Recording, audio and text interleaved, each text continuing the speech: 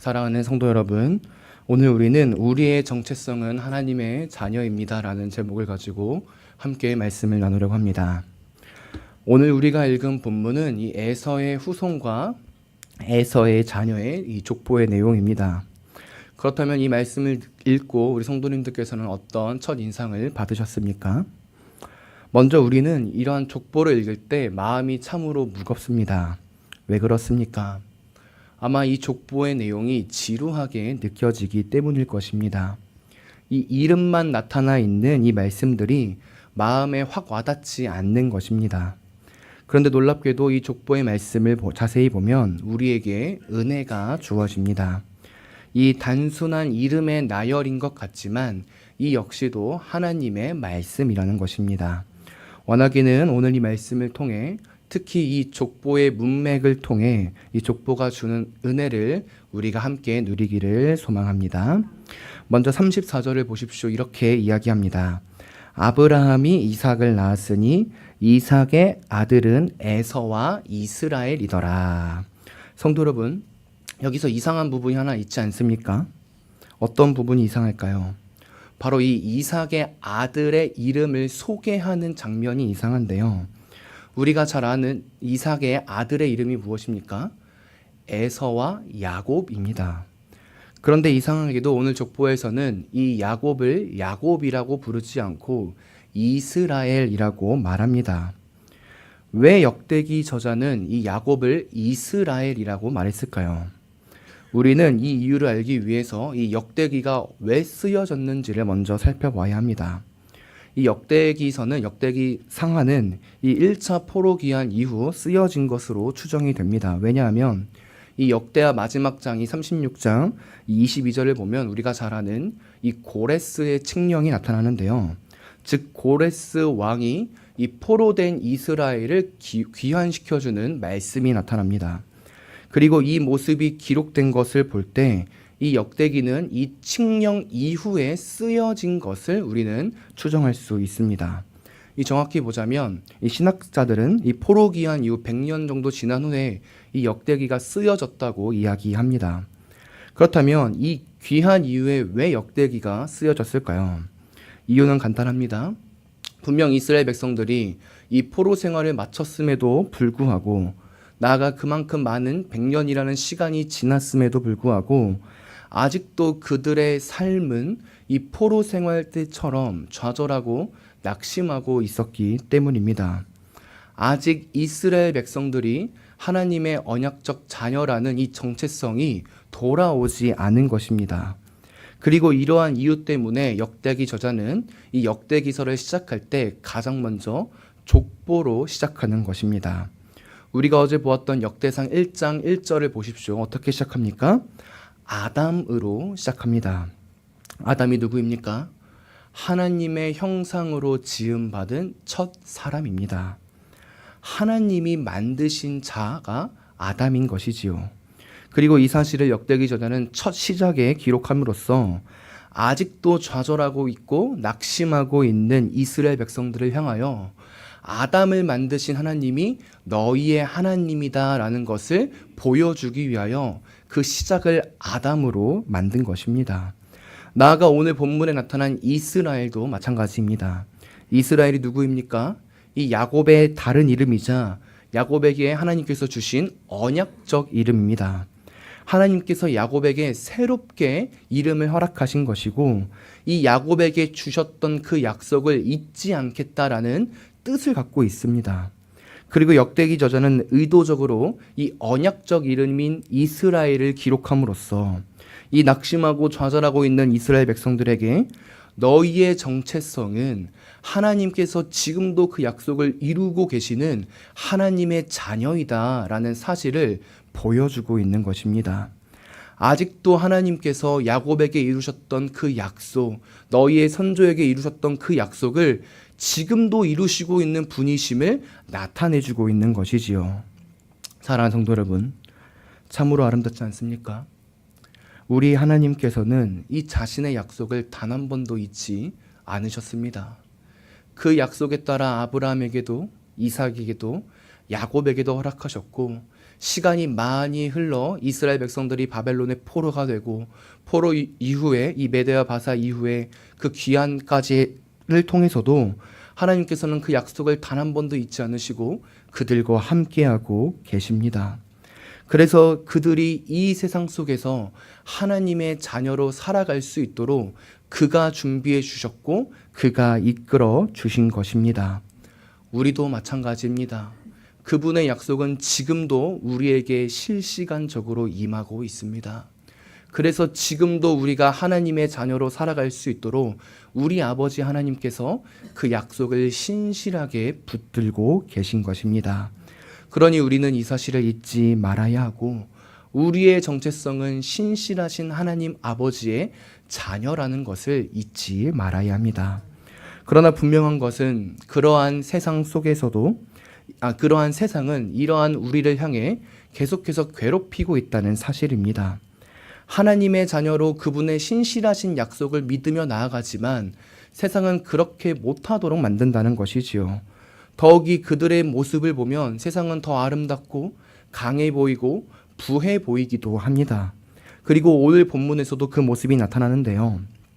이 언약 백성이 아니었던 이 에서와 그의 후손들을 보십시오. 이 하나님께서 허락하신 이 세상 속에서 그들 역시도 자녀를 낳으며 번성하며 나아갑니다. 더욱이 43절을 보면 이 이스라엘의 왕이 있기 전부터 그들은 왕정제도를 세워가며 이 부강한 나라로 서갑니다. 그래서 이런 모습을 보고 사무엘상을 보면 이스라엘 백성들이 우리에게도 왕을 달라라고 이야기하지 않습니까? 그 이방 땅을 보니 그들의 왕이 있는 것을 보고 부강한 것을 보고 이스라엘 백성들이 그것을 우리에게도 허락해 달라라고 이야기하는 모습을 볼 때 세상이 뭔가 조금 더 앞서가는 것 같고 부강해 보이는 것 같다는 모습을 보여주고 있는 것입니다. 이처럼 세상은 이 하나님의 자녀보다 더 강하게 부하게 이 멋있게 살아가는 것처럼 보입니다. 그런데 성도 여러분, 오늘 족보를 보십시오. 이 세상의 족보, 나아가 이 에서의 족보와 그의 후손의 족보는 여기로 이 1장의 마지막으로 마무리됩니다.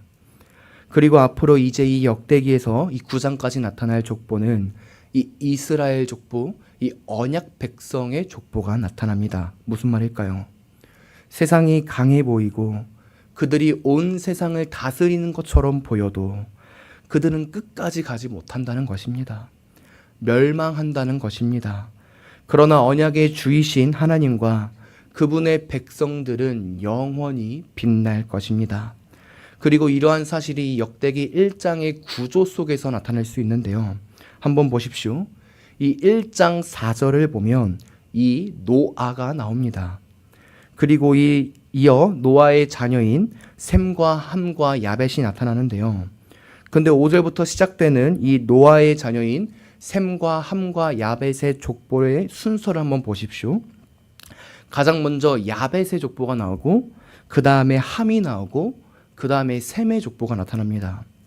이 언약의 백성이 아니었던 야벳과 함이 먼저 나타나고 이 언약의 후손으로 이어지는 셈의 족보가 이 마지막에 나타나는 것입니다.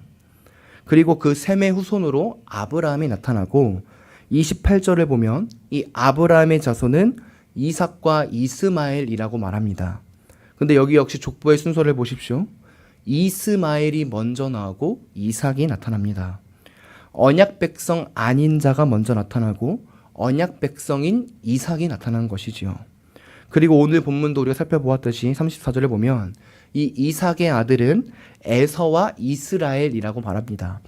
그리고 그 족보의 순서 역시 보면 오늘 우리가 보았던 대로 에서와 그의 후손들이 나타나고 2장 1절에 이 이스라엘의 후손들이 나타납니다.